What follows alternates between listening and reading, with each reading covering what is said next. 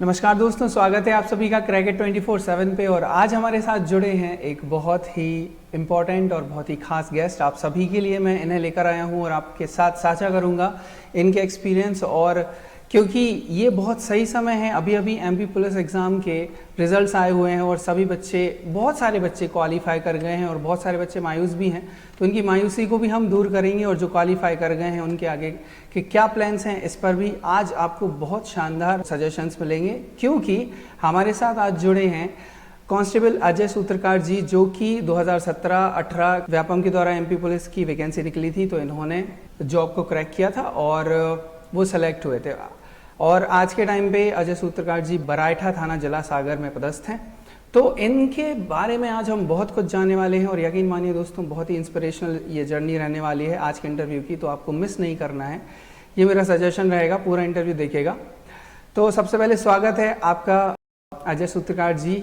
आप एक इंस्पिरेशन रहेंगे हमारे चैनल के लिए, क्योंकि हमारे चैनल से बहुत सारे ऐसे बच्चे जुड़े हुए हैं जो एमपी पुलिस, एमपी पटवारी, एमपी फॉरेस्ट गार्ड और एसएससी लेवल के एग्ज़ाम की तैयारी करते हैं हमारे चैनल के द्वारा। और इसीलिए हमने आपको यहाँ पे बुलाया हुआ है कि उनका थोड़ा सा मार्गदर्शन, थोड़ा सा नहीं बहुत सारा मार्गदर्शन आपके द्वारा उन्हें मिलने वाला है। तो एक बार फिर से बहुत बहुत स्वागत है आपका। जी धन्यवाद आपका। मैं मानता हूँ और जानता हूँ इस चीज़ को कि एग्ज़ाम का स्ट्रेस बहुत ही अलग लेवल का होता है। तो सबसे पहला क्वेश्चन तो हमारा यही है कि अगर स्ट्रेस फील होता है, एंजाइटी फील होती है, फॉर एग्ज़ाम्पल मुझे एग्ज़ाम देना है, तो उस समय पर मुझे क्या करना चाहिए कि मैं उस स्ट्रेस को कम से कम फील कर सकूं और कॉन्सेंट्रेट कर सकूं अपनी पढ़ाई पर? जी सबसे पहले तो ये है, कांस्टेबल के एग्ज़ाम के लिए आपको इतना ज़्यादा सोचने की ज़रूरत नहीं है। नॉर्मल सा एग्ज़ाम होता है, बस आपने थोड़ा सा पढ़ रखा हो। आपको सब्जेक्ट्स का थोड़ा सा अच्छे से नॉलेज होना चाहिए। जो भी आप पढ़ रहे हैं, ऐसा नहीं कि आपने सोच लिया कि अभी वैकेंसी निकली है तो हम पढ़ने बैठ जाएं। नहीं, ऐसा नहीं करना चाहिए। थोड़ा सा आपको क्या है कि शुरुआत से, मतलब मेरा मतलब है कि पहले से थोड़ा सा प्रिपरेशन करके रखना चाहिए, ना कि एग्ज़ाम आने की डेट तक आपको बैठे रहना चाहिए। ठीक। और प्रिपरेशन करने का सबसे बढ़िया तरीका है कि आप ज़्यादा से ज़्यादा, जैसे आप गणित सब्जेक्ट लगाते हैं तो उसको ज़्यादा से ज़्यादा आप उसका रिवीजन कीजिए। ऐसा नहीं कि आपने एक बार कोई भी क्वेश्चन सॉल्व कर लिया तो आपने सोचा कि नहीं अब मेरे से बनने लगा है, मैं नहीं लगाऊंगा इसको। आपको करना क्या है, उसको बार बार लगाना है। आपको एक्चुअली उसमें क्या करने का है, आपको उसमें पकड़ लानी है उस टॉपिक में। कोई भी टॉपिक आप जो भी लगाते हैं, मैथ का कोई भी क्वेश्चन लगाते हैं, तो उसमें आपको इस तरीके से लगाना है कि मैं उसको कम से कम समय में कितनी जल्दी सॉल्व कर सकता हूँ। जी। तो मुझे 3 पॉइंट्स यहाँ से समझ में आए। पहला कि आपको तुरंत पढ़ने नहीं बैठ जाना है, आपको एक पर्टिकुलर टाइम पीरियड से पढ़ाई शुरू कर देनी है अपने एग्ज़ाम के लिए। अपना एम बना के रखना है कि भाई हमें ये वाली जॉब करना है, तो उसके लिए हमें पहले से तैयारी करके रखना है। और परीक्षा के टाइम पे नहीं, मतलब आपको सोचना है कि नहीं अभी वैकेंसी आने वाली है तो हम पढ़ेंगे, फिर करेंगे कुछ। नहीं, ऐसा नहीं करना है आपको कभी। समझ गया। तो हमें पहले से अपना एम बना के रखना है, प्लानिंग करके रखनी है और रिवीजन करते रहना है।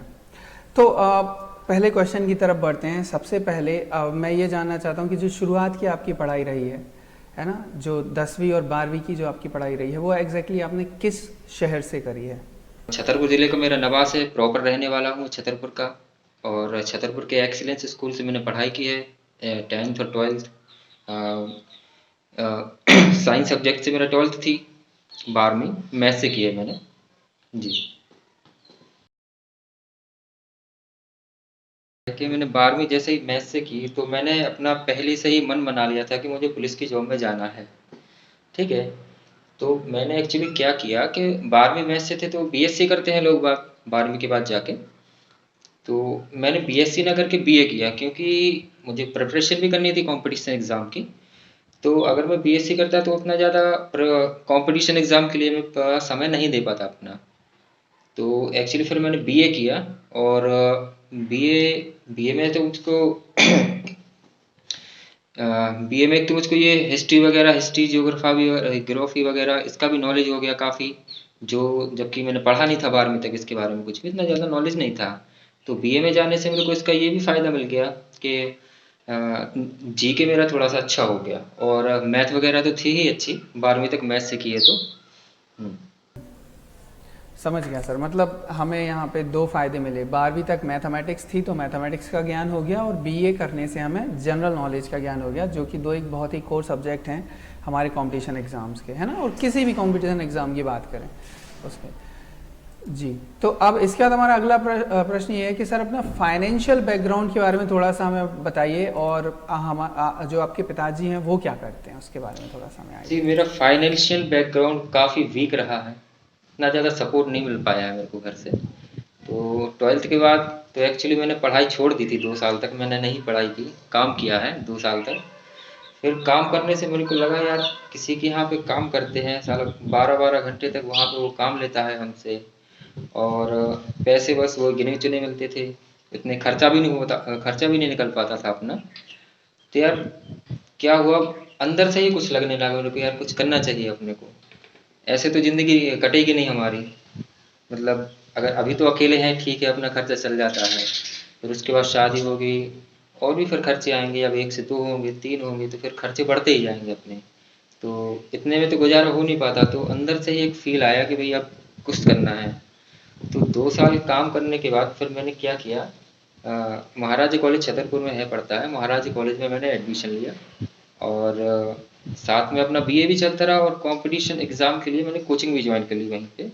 इंग्लिश वर्ल्ड करके कोचिंग है छतरपुर में, तो वो भी ज्वाइन कर ली। तो उसके साथ में अपना कॉलेज भी चलता रहा। और कॉलेज जैसे ही अपना ख़त्म हुआ तो उसके तुरंत बाद इसकी वैकेंसी निकली कांस्टेबल की, तो मैंने फॉर्म डाला, तो मेरा उसमें सिलेक्शन हो गया। हम्म, समझ गया। तो सर ये फाइनेंशियल मैनेजमेंट जो था उसमें आपने सेल्फ ही किया या फिर घर से भी आपको फाइनेंशियल सपोर्ट मिल रहा था उस समय पर? फाइनेंशियल सपोर्ट मैं बता क्या रहा हूँ, फाइनेंशियल सपोर्ट इतना कुछ ज़्यादा नहीं था, थोड़ा बहुत था। शुरुआत में तो दिया पिताजी ने, फिर उतना नहीं अफोर्ड कर पा रहे थे। तो फिर मैंने बताया, मैंने काम करना स्टार्ट कर दिया था 12th के बाद। काम किया, 2 साल तक काम किया, कुछ इन्वेस्टमेंट अपने पास पैसे बचा के रखा, फिर उससे मैंने कोचिंग की फीस भरी। फिर उसके बाद फिर मैंने हम्म, मतलब सर खुद को संभालना बहुत ज़रूरी है, एक टाइम ऐसा आएगा कि नहीं, आपको जो चाहिए हो आपको सकता है वो। आपको मेंटली प्रिपेयर रहना चाहिए।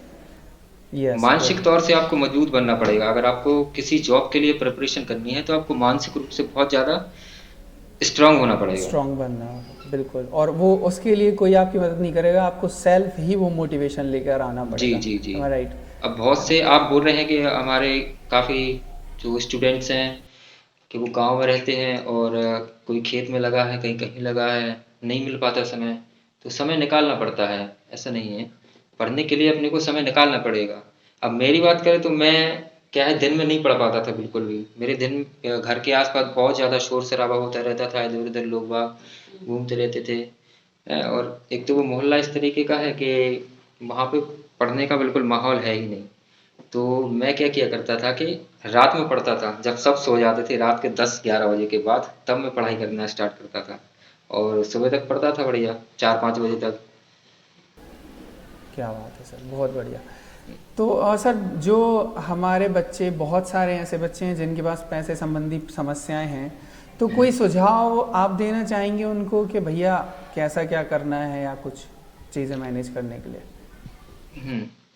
देखिए, आपने अब्दुल कलाम जी के बारे में तो सुना ही होगा।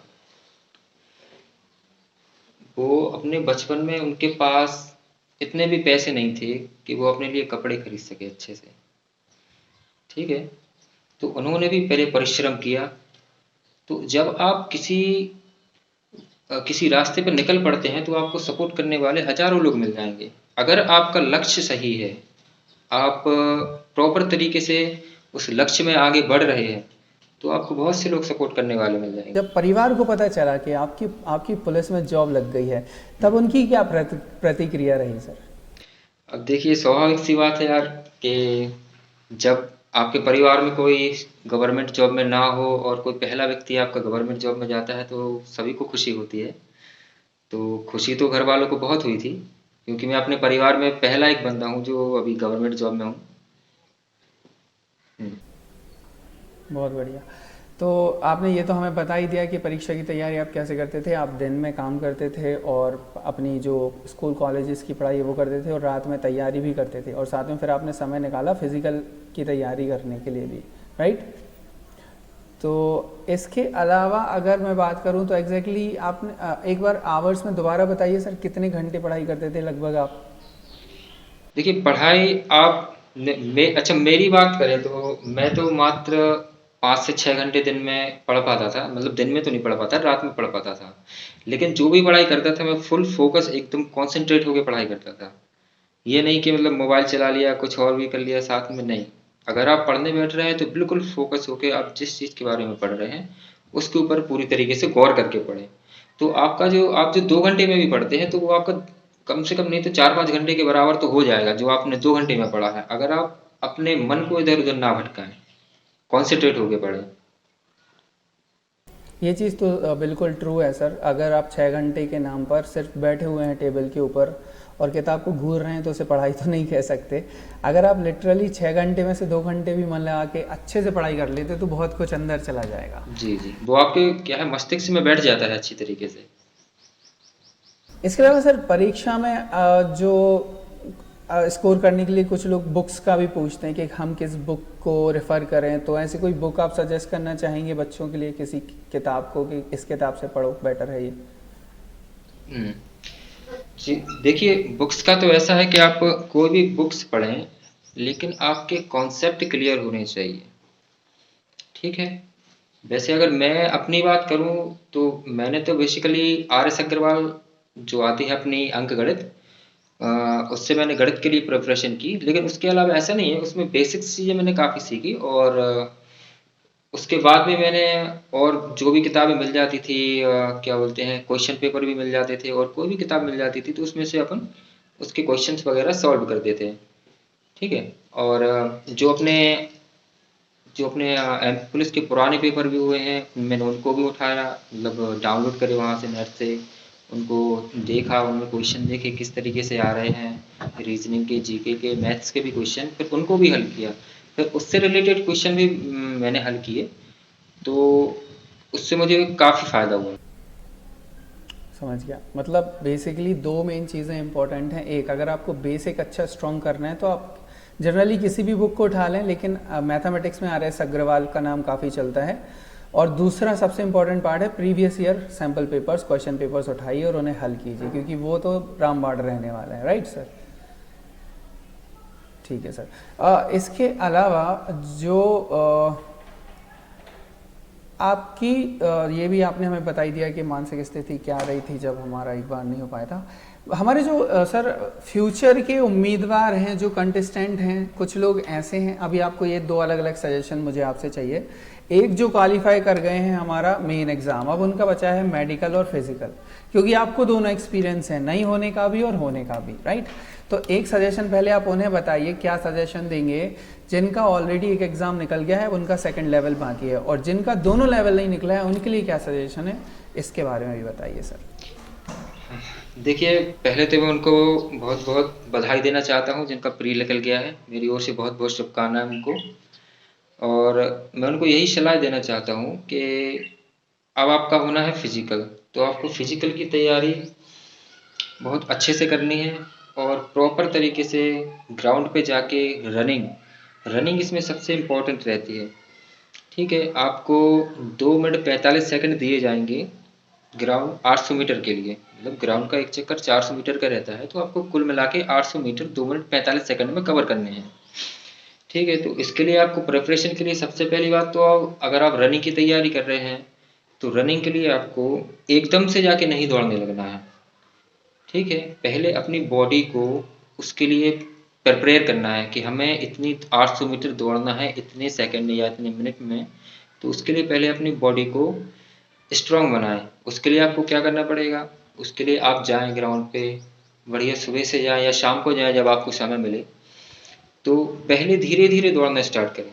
जैसे कि आप ग्राउंड में आप पहले दिन गए तो पहले आप 2 चक्कर लगाएं, ज़्यादा नहीं दौड़ना है। अगर ज़्यादा दौड़ेंगे तो उसमें क्या होता है कि लंग्स फूलने लगते हैं, आपका सीने में दर्द होगा, कहीं कहीं दर्द होगा और जांघें दर्द करेंगी, तो नहीं, ऐसा नहीं करना है, आपको एकदम से नहीं दौड़ना है।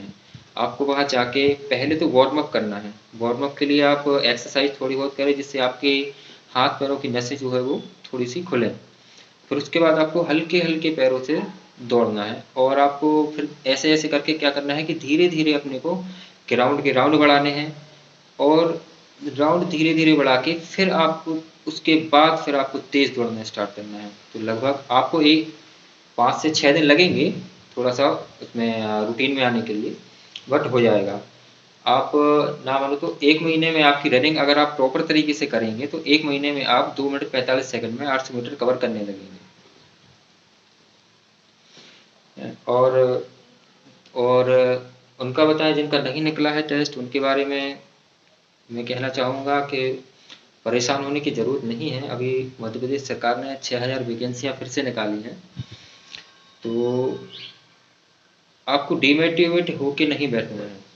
फिर से आपको उसी लगन से तैयारी करनी है और कोशिश करना है कि इस बार अच्छे से तैयारी करें, और जो आपने पढ़ा है उसका रिवीजन रिवीजन बहुत ज़रूरी है। उसका रिवीजन आप बार बार करते रहें और उसको बार बार दोहराएं, ताकि वो आपके दिमाग में अच्छी तरीके से बैठ जाए वो बात। चाहे वो जीके का क्वेश्चन हो या मैथ का, रीजनिंग का, आपको उसको बार बार लगाना है। इस तरीके से लगाना है कि मैं उसको कितने जल्दी से जल्दी सॉल्व कर पाऊँ, क्योंकि जब आप पेपर में बैठते हैं तो आपको समय का पता नहीं चलता है, कितने जल्दी समय निकल जाता है, और वहाँ पे समय बहुत जल्दी निकलता है। एक तो आप वहाँ पे घबराए हुए होते हैं तो इसकी वजह से आप थोड़ा सा उसमें घबराहट में भी समय निकल जाता है। मेरे साथ में भी हुआ था थोड़ा सा। और बस यही है कि अब फिर से लग जाए आप तैयारी में। ज़्यादा डिमोटिवेट होने के नहीं है, अपने आप को स्वयं से मोटिवेट कीजिए कि भाई अब हमें कुछ करना है अपनी लाइफ में, तो एग्ज़ाम तो निकालना पड़ेगा।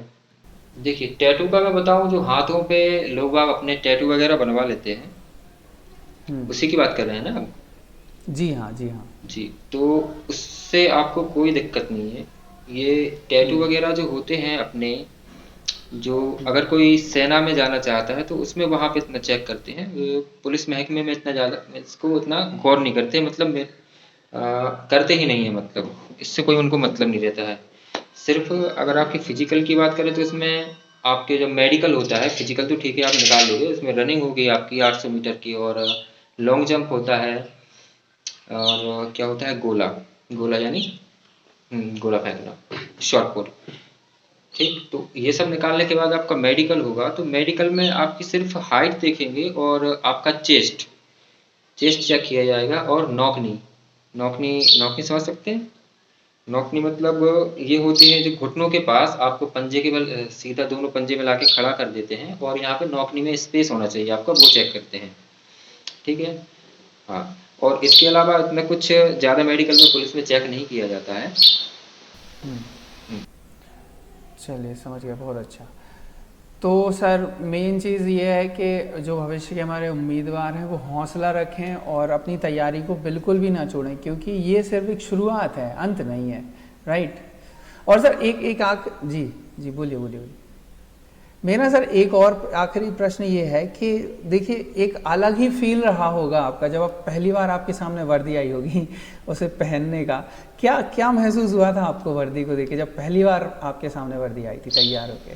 पहली बार वर्दी पहन के तो भाई मज़ा ही आ गया था, क्या बोलूं, जिसके लिए इतनी मेहनत करी और वो चीज़ इतनी मेहनत करने के बाद मिले, तो एक खुशी का ठिकाना नहीं रहता है।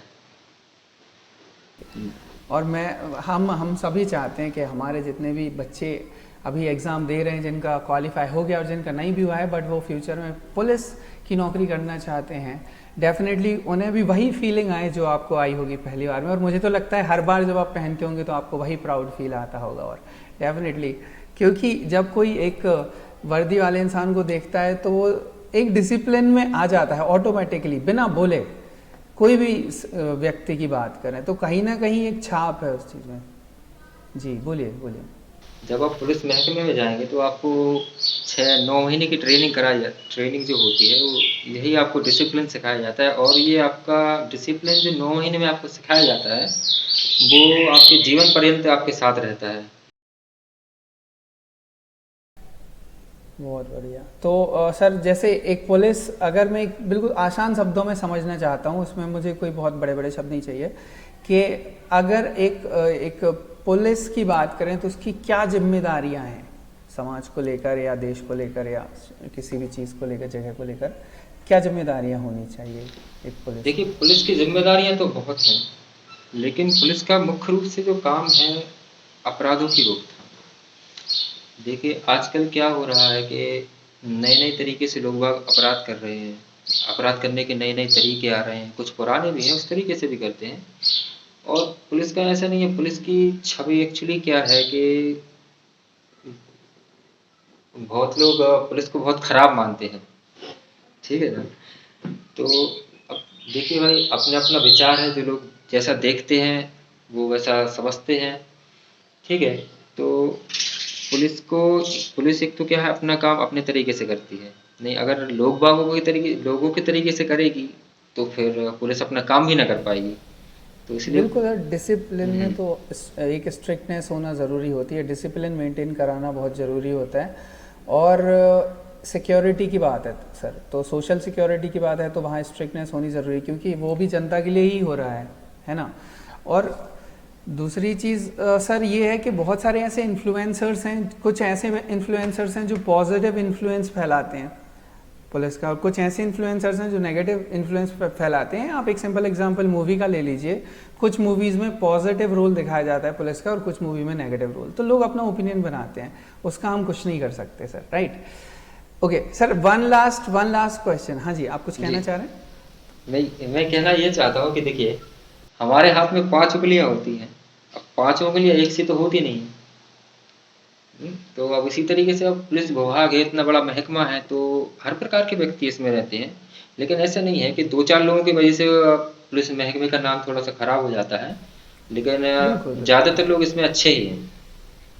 बिल्कुल सर, और ये बहुत अच्छी बात है, मतलब ये एक पॉजिटिव न्यूज़ है हमारे देश के लिए, क्योंकि जितने अच्छे लोग होंगे उतना ही बेहतर है, राइट? ओके सर, यहाँ पे जब आपने ट्रेनिंग का मेंशन किया था, जब एकेडमी में आप ट्रेनिंग करने गए होंगे आफ्टर सिलेक्शन, सर क्या माहौल रहता है वहाँ पे और किस प्रकार की ट्रेनिंग मिलती है? थोड़ा सा आप आइडिया दीजिए हम लोगों को, क्योंकि हमारे बच्चे भी बहुत एक्साइटेड रहते हैं और उन्हें पता नहीं रहता कि एग्जैक्टली अंदर क्या होने वाला है। अरे ज़्यादा वहाँ पे ट्रेनिंग में घबराने की बात नहीं है। वहाँ पे आप जाएँगे ट्रेनिंग में, तो आपको बढ़िया तरीके से आपको पहले तो सिखलाई जो पुलिस विभाग के बारे में होता है, कानूनी या बुक्स वगैरह भी पढ़ाई जाएंगी। और जो क्या बोलते हैं, फिजिकल एक्टिविटीज़ भी होती है बहुत सारी वहाँ पे आपको। परेड, ड्रिल वगैरह सिखाई जाती है। आर्म्स के बारे में भी सिखाया जाएगा, जो आर्म्स पुलिस वाले यूज़ करते हैं।